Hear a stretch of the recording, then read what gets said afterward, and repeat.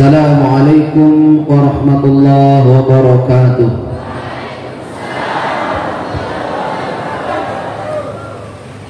Alhamdulillahi rabbil alamin, wassalatu wassalamu ala asyrafil mursalin, sayyidina wa habibina wa syafi'ina wa maulana Muhammadin sallallahu alaihi wasallam. Allahumma aslih ummata Muhammadin sallallahu alaihi wasallam wa farrij an ummati Muhammadin sallallahu alaihi wasallam warham ummata Muhammadin sallallahu alaihi wasallam wa anshur wahfaz wa ayyid nahdatal watan fil alamin bihaqqi Muhammadin sallallahu alaihi wasallam.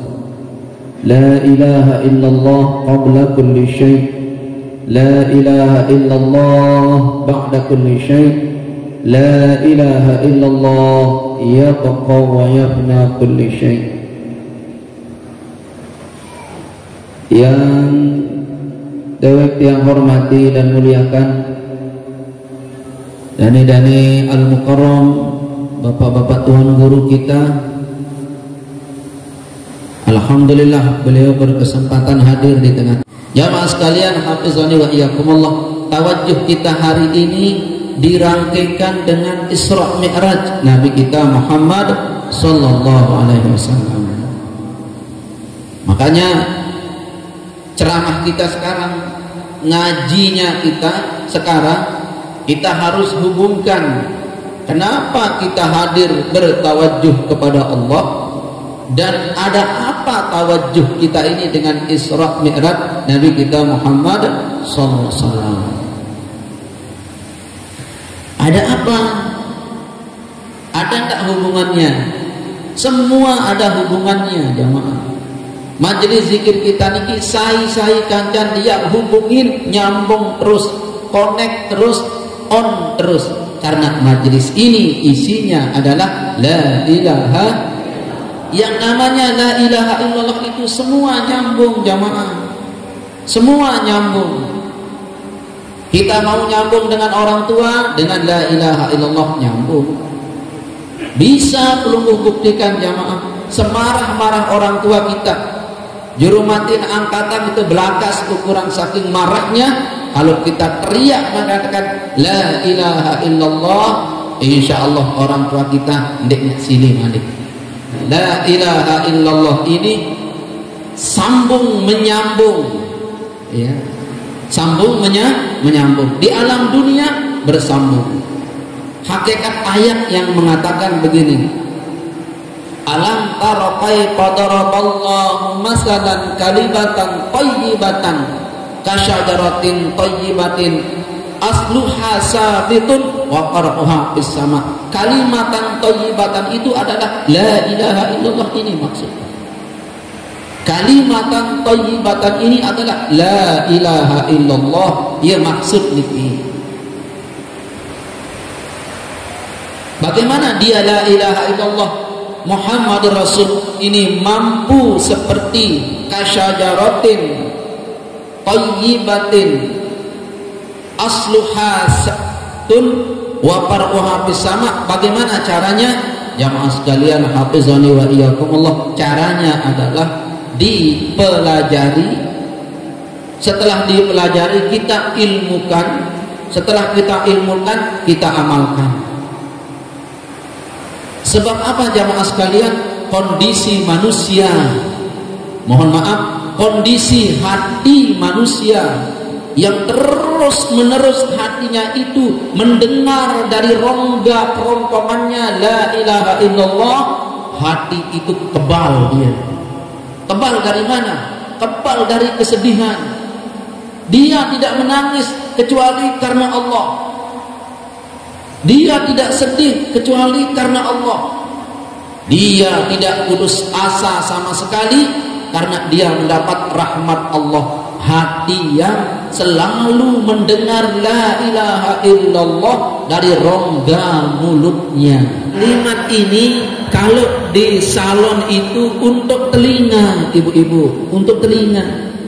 Kalau la ilaha illallah untuk hati ini sungguh sampai memuncak kalimat la ilaha illallah yang disebabkan oleh fazkurullah zikran katsira, berzikirnya engkau dengan sebanyak-banyak zikir itu. Berapa? Ulama mengatakan sebanyak-banyaknya, sampai kalimat la ilaha illallah itu tidak terhingga. Kalau pohon yang ada di bumi terhingga dia, Allah tempat Allah yang maha tahu jumlahnya. Manusia di permukaan bumi ini terhingga dia, Allah maha tahu jumlahnya. Urat manusia, tulang manusia terhingga jumlahnya, Allah tahu jumlahnya. Makna fazkurullah zikran katsira adalah sampai hatimu, sampai hatimu itu ridho kepada Allah, sampai hati kita ridho kepada Allah Subhanahu wa taala. Ridho dari mana? Ridho terhadap paice di sisi Allah Subhanahu wa taala. Hubungan la ilaha illallah dengan semua peristiwa ada dia. Nah, sekarang kita coba hubungkan peristiwa la ilaha illallah di majelis zikir kita ini. Tawajuh kita hari ini apa hubungannya dengan Isra Mi'raj? Ada enggak hubungannya? Dari awal yang sampaikan kepada ulama, semua ada. La ilaha illallah ini seperti air, selalu ada hubungannya. Air ada enggak hubungannya kajeloloniur? Air kenyaman. Air ada enggak hubungannya dengan laut? Air ada enggak hubungannya dengan kopi? Air, kopi. Nah, sekarang zikir itu seperti air. Dia punya hubungan dengan semua manusia. Dengan penyakit ada enggak hubungannya air dengan penyakit? Air infus, air obat. Nah, sekarang ada enggak hubungannya air dengan Isra Mi'raj? Wah, bukan tidak ada lagi, di sana sangat nyata. Coba nih Bu, apa hubungan air kance bale bocor? Bos, ganti kan? Apa kan? Bos. Ya. Nah, sekarang jamaah sekalian, apa hubungannya la ilaha illallah? Dia ini seperti air. Sungguh orang yang hatinya sudah diformat begitu bagus, dibingkai hatinya begitu rapi, hatinya kuning, enggak la ilaha illallah, enggak oleh hati orang ini, maka cara hidupnya adalah selalu dia seperti air. Hidupnya selalu seperti air. Apa itu air? Mempengaruhi, bukan dipengaruhi. Air itu mempengaruhi, bukan dipengaruhi. Sebenarnya air itu jamaah selalu menempati tempat yang rendah. Si bawa-bawa, yuruk tahu air. Lungguh kalau berjiwa la ilaha illallah, mestinya di mana kita itu selalu rendah dulu. Rendah. Lagu dakat yang merendah delik rendahan sebab air lamun wah belik banjiraran. Dendek kedah air laut dak ajak paek lagu lamun tuna taek tsunami aran. Dendek macam-macam. La ilaha illallah ini besar jadinya nanti. Ilmumu akan luluh lantak dengan la ilaha illallah yang ada di hati manusia ini. Setinggi apapun ilmumu, marak misal apa tetaletan, apa aran tetaletan itu? Telante bahasa Pancor manis gitu. Durus, dia akan terus menerus akan begini kepada siapapun mereka yang selalu membaca kalimat la ilaha illallah Muhammadur Rasulullah. Jangan berkecil hati jamaah, walaupun ilmu kita cuma la ilaha illallah, jangan kecil hati, perbanyak dia, terus perbanyak dia. hati kita akan meleng bahasa kita. Hati kita akan terbuka, jendela hati kita akan terbuka. Yang dilihat oleh hati orang yang selalu mengatakan la ilaha illallah adalah ilmu Allah. Ilmu Allah yang dilihat. Oleh sebab itu jamaah sekalian, hafizani wa iyyakumullah, jangan lupa la ilaha illallah. Lunas. Mari kita mulai hubungkan la ilaha illallah dengan Isra Mi'raj. Isra Mi'raj ini cuma perjalanan saja jamaah. Perjalanan dari mana? Perjalanan dari Masjidil Haram ke Masjidil Aqsa. Apa hubungannya kalimat la ilaha illallah dengan berjalan jamaah sekalian? Oh, banyak hubungannya. Hubungan la ilaha illallah dengan Isra Mi'raj Nabi kita Muhammad sallallahu alaihi wasallam dari Masjidil Haram ke Masjidil Aqsa itu sangat erat. Nabi ini yang diperjuangkan adalah la ilaha illallah. Lalu Nabi disuruh, diperintah oleh Allah hijrah, mohon maaf, diperintah Isra. Sebelum berangkat ke Aqsa, Masjidil Aqsa, Nabi dibersihkan dulu di Masjidil Haram. Dibersihkan dulu oleh malaikat Jibril. Setelah dibersihkan, jamaah sekalian, baru diperjalankan oleh Allah Subhanahu wa taala. Ini juga pelajaran tentang pelunggung, bahwa sendiri teman lampak yok mbembe, dimanapun kita, kemanapun kita pergi, sila bersihkan diri dulu. Mau ke Pancar Manis, sampun mandi. Benar ini? Gua mandi. Ya. Di mana-mana kita kalau mau berangkat ke satu tempat harus mandi dulu. Kenapa jamaah sekalian harus mandi? Karena di perjalanan kita menemukan berbagai macam kotoran. Ndek sejak kotor jak berangkat, semakin kotor telik perjalanan. Makanya kita mandi dulu. 2. Simbolnya adalah kita di dunia ini sedang berjalan jamaah. Kita berangkat dari alam arwah. Demet wah berbentuk daging marak kebelik buat jawat jewet. Demet wah marak kebelik buat jawat. Meni kebelik meni marak buat jawat.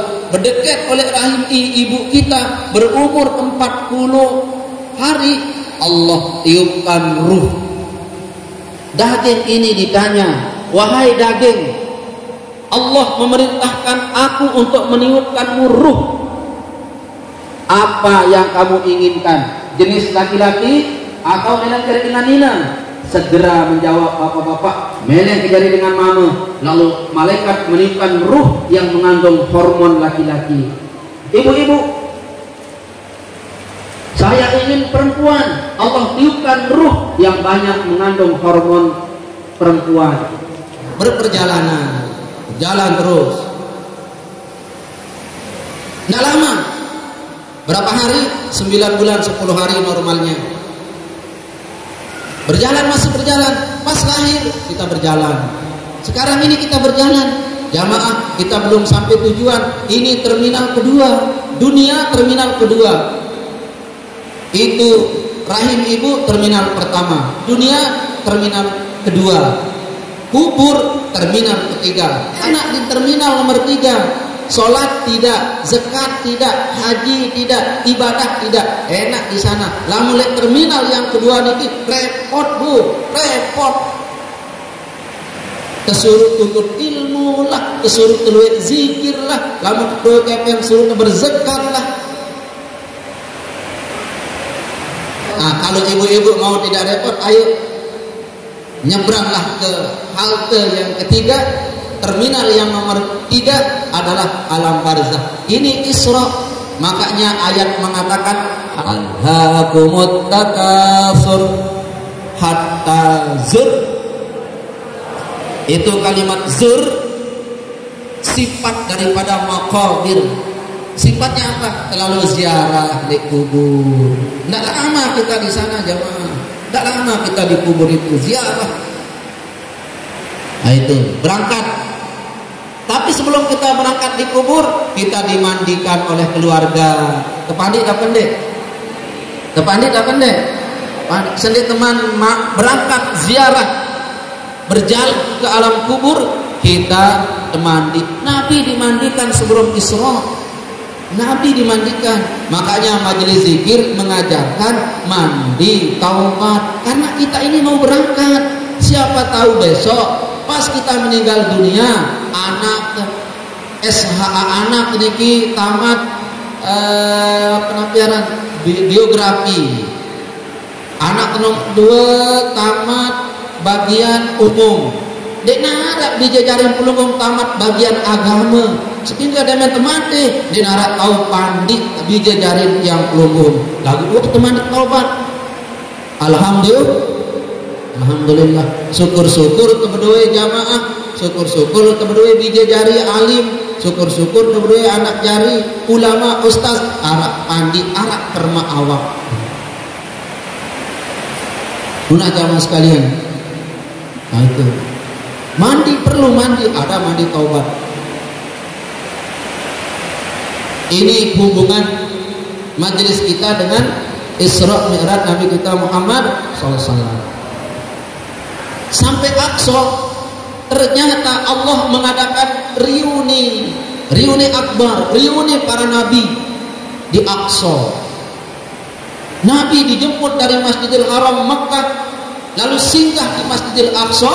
Pada saat itu Masjidil Aqsa sedang digembok pintu masjidnya, lalu dibuka oleh malaikat Jibril gembok Masjidil Aqsa.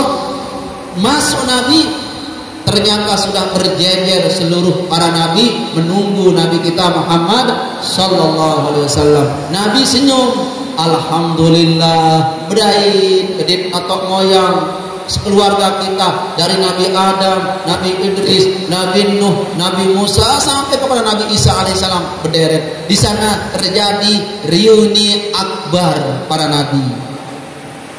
Pertanyaan, kenapa reuni pertemuan akbar tidak Allah tempatkan di Masjidil Haram? Kenapa? Kenapa pertemuan para nabi ini tidak Allah jadwalkan? Allah tempatkan di langit pertama, langit kedua, langit ketiga, tidak Allah tempatkan. Kenapa? Kenapa Allah tempatkan pertemuan para nabi di Masjidil Aqsa? Subhanallah. Ini jawabannya adalah satu, supaya Masjidil Aqsa ini tidak terlupakan oleh umat Nabi kita Muhammad sallallahu alaihi wasallam.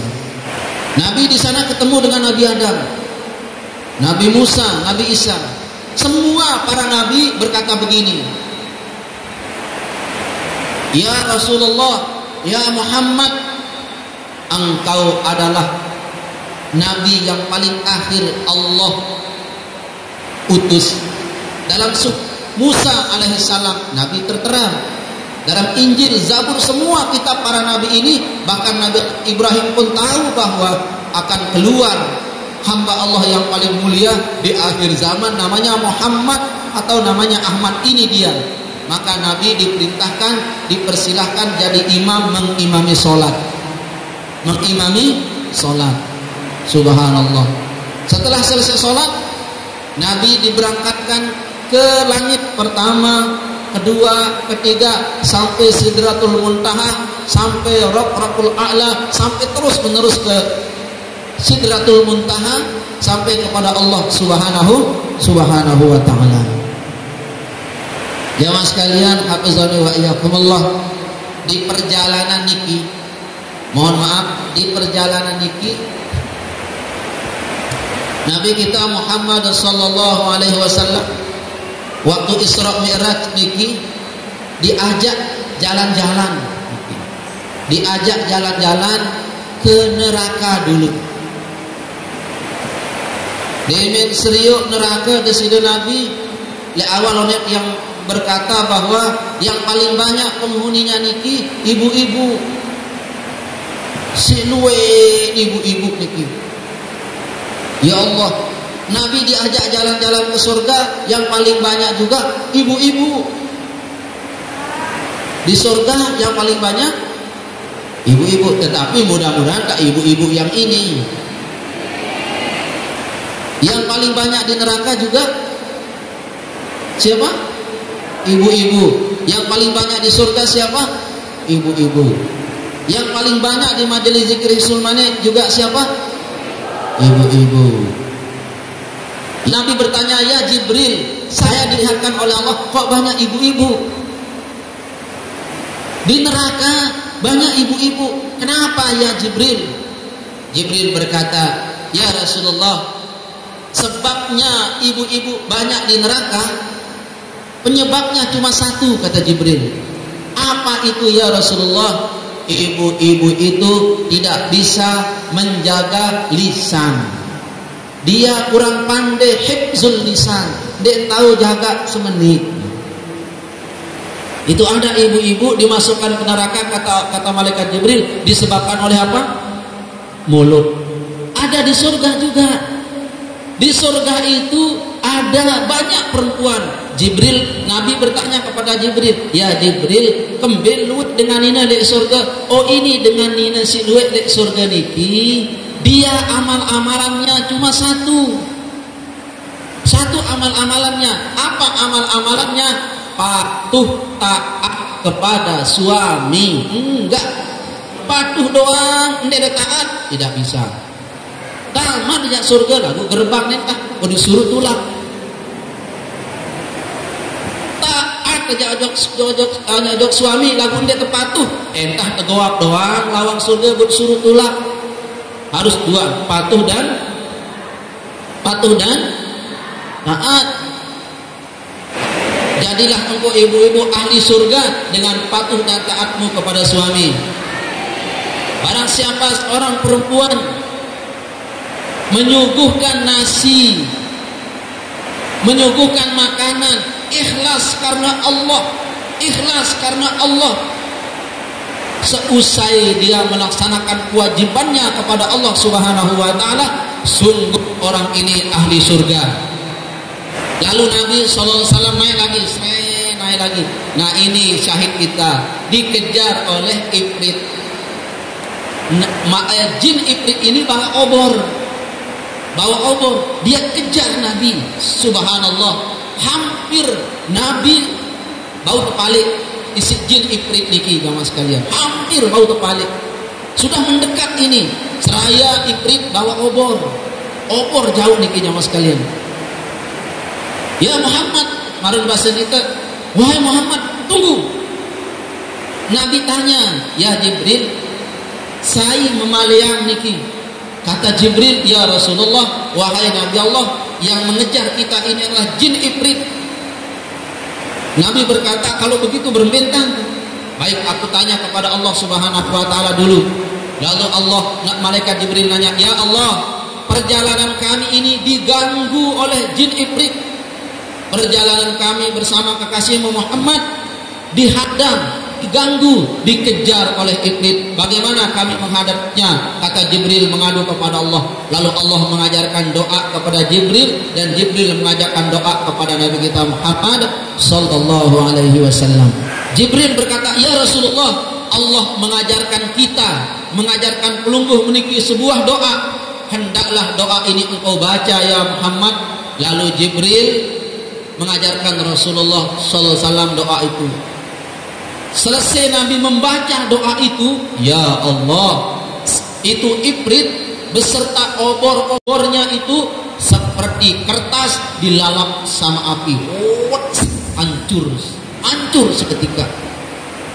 Makanya para ulama berkata, datun jin yang mampu sampai luar angkasa adalah jin ifrit.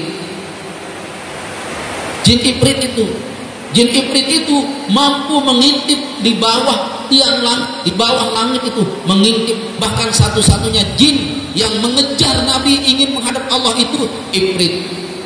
Paling ganas jin ifrit. Lamun udah kebaksing, marak niki keluar, ampun kebaksing ifrit, arak si sampai songak batu belik denggen keruak ini kepesik di sini. itu ifrit. Padahal dia dari cahaya. Padahal dia padahal dia dari api. Pertanyaan ulama hikmah, kenapa dia bawa obor? Kenapa lagi dia bawa api? Dianya sudah api, kok kenapa bawa api? Ini menunjukkan saking bencinya namanya ifrit melihat Rasulullah mau menghadap Allah. Contoh ini. Arak yang keberangan dedare niki. Contoh saja ya. Dedare niki tahu balik noleh bagi pitu. Maka mohon maaf jamaah sekalian, mohon maaf niki. Kalau tiang tanya Ustaz Fakih, medrumbar Ustaz, ampura Ustaz yang mau bagi pitu, mesti ngeretek kanto anten. Kenapa? Ini Ustaz bagi pitu Allah kembali. Lemak datang Ustaz Fakih Malik, bedai Ustaz bagi pitu. Ya. Sebab apa? Satu-satunya dedara yang paling inges, paling hebat, luar biasa itu dibagi pitu. Makanya tiang jatuh cinta. Anehnya Ustaz Fakih bagi pitu doang bahasa. Dedek apa ndek? Kita mau tanya sekarang. Ada bekembik sebenar Ustaz bagi pitu niki. Kata Ustaz Fakih, saya dipanggil oleh bapaknya Halimah upamu. Halimah ini kemilikan saya. Kok dia dipanggil sama ayahnya Halimah? Yang tanya pelunggum, wahai Ustaz Fakih, kenapa pelunggum dipanggil oleh bapaknya Halimah? Katanya, aku mau dikasih Halimah. Ada kapendek yang? Ada kapendek yang? Maka manakala Ustaz Fakih mau berjalan Mi'raj, Isra Mi'raj ke bagi itu, saya akan menghalanginya sambil membawa bom. Apa tahu? Apa? Bom. Granat. Kenapa? Saya mau bom Ustaz Fakih. Di mana? Di perjalanan. Jamaah sekalian, hafizani wa iyyakumullah. Sekapih jin, ifrit, iblis gedek marah melihat Nabi ditenteng oleh Jibril menuju hadrat Allah. Gedek jamaah. Kenapa? Kalau Muhammad ini sudah menghadap Allah, jaya nama Allah di permukaan bumi, dan semua anak Adam bergerombolan akan menuju surganya Allah. Ia kedekan si iblis. Maka iblis mengirim pasukannya yang paling elit, Kopassusnya iblis, ifrit. Ndek RPKAD, ndek sus 88, ndak Kopassusnya iblis, ifrit. Adam itu Muhammad, hentikan dia sambil engkau membawa bom. Maka bom ifrit adalah obor. Apa? Obor dia bawa. Aneh kan? Subhanallah jamaah sekalian. Tapi obornya ifrit, ndek depan dia kanco obor pelunggung. Tahu darah obor? Obor jamaah aja kan simbol nirung isi.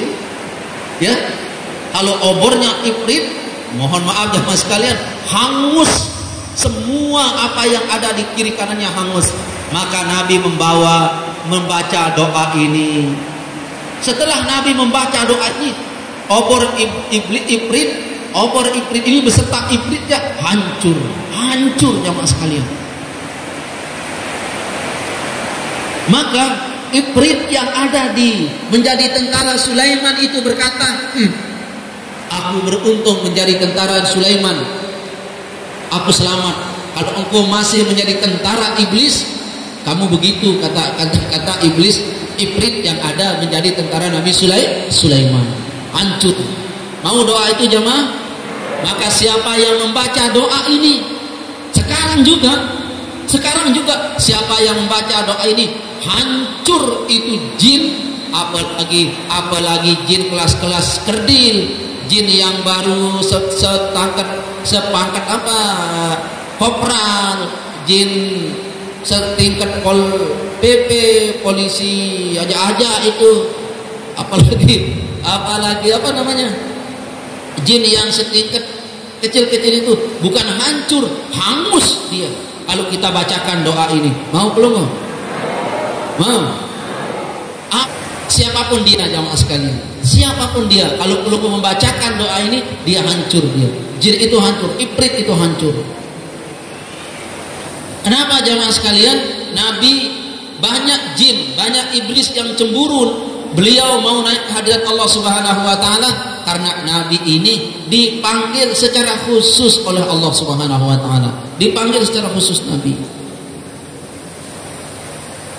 Setelah sampai nabi kepada Allah Subhanahu wa taala, dikatakan oleh Allah Subhanahu wa taala, wahai nabi, at-tahiyatul mubarakatut salawatut thayyibatu lillah. Assalamu alayka ayuhan nabiyyu wa rahmatullahi wa barakatuh. Assalamu alayna wa ala ibadillahi sholihin. Asyhadu an la ilaha illallah wa asyhadu anna muhammadar rasulullah. Ini isi Isra Mi'raj Nabi kita Muhammad. Demin sampai Nabi learpan di sida Allah Ta'ala, Nabi basen, Nabi manik di sida Allah Ta'ala. At-tahiyat. Siapa yang ngomong duluan? Allah. Siapa yang ngomong duluan? Allah. Jibrilnya di mana? Jibril nunggu di pintu gerbang jauh sana. Jibril nunggu di pintu gerbang jauh sana. Kenapa Nabi mampu melewati alam malak niki, alam malaikat niki yang begitu keras cahayanya itu? Mohon maaf niki, keselak. Malaikat doang keselak, panas hawanya. Kata malaikat Jibril, ya Muhammad, andai kata saya maju satu langkah saja, seluruh tubuh saya akan hancur luluh dengan cahaya ini. Kata Rasulullah, dong. Ini Rasulullah bersabda, dong. Ada sabda kena dong. Kata Rasulullah, lagu beremben aneh, maju engkau ya Muhammad. Majulah sendiri. Apakah saya maju? Maju engkau ya Muhammad. Ini perintah Allah. Majulah Rasulullah Sallallahu. Nabi maju, Nabi maju, Nabi maju, Nabi maju sampai dekat dengan Allah Subhanahu wa taala, kira-kira sejarak 2 busur panah. Ini ditanya oleh Siti Aisyah, ya Rasulullah, belum serius di sida Allah taala? Iya. Siti Aisyah bertanya, berberuan, aku tidak melihat sesuatu kecuali yang aku lihat di sana adalah cahaya saja. Lalu Allah berfirman, at-tahiyatul mubarakatut salawatut thayyibatu lillah. Assalamu alayka ayyuhan nabiyyu wa rahmatullahi wa barakatuh. Nabi menjawab, apa jawaban Nabi? Assalamu alayna wa ala ibadillahi sholihin. Asyhadu an la ilaha illallah wa asyhadu anna muhammadar rasulullah. Ya Allah, itu jawaban Nabi. Lalu Nabi SAW dikasih, mohon maaf karena ceramah kita ceramah modern, zaman milenial, dikasih satu buah aplikasi. Dikasih sebuah aplikasi khusus, di mana aplikasi ini kalau engkau format dia, kalau engkau download dia, kalau engkau install dia, engkau bisa berbicara dengan aku, kata Allah. Rasulullah berkata, ya Allah, apa itu? Kata Rasulullah, aplikasi itu namanya sholat. Dan sekarang ini download dia di alam ilahi ini, di alam apa namanya? Di alam perintah ini. Lalu Nabi berkata, ya aku terima. Lalu Nabi menerima sholat 50 waktu, lalu dipres, diberikan kortingat menjadi 5 waktu. Nabi pun turun setelah menerima aplikasi kaifiat ibadah ini. Makanya jamaah sekalian, hafizakumullah, kalau kita mulai sholat, manakala aplikasi ibadah yang Rasul ajarkan itu mampu kita praktikkan di dalam kehidupan kita, kita bisa berhubungan dengan Allah Subhanahu wa taala.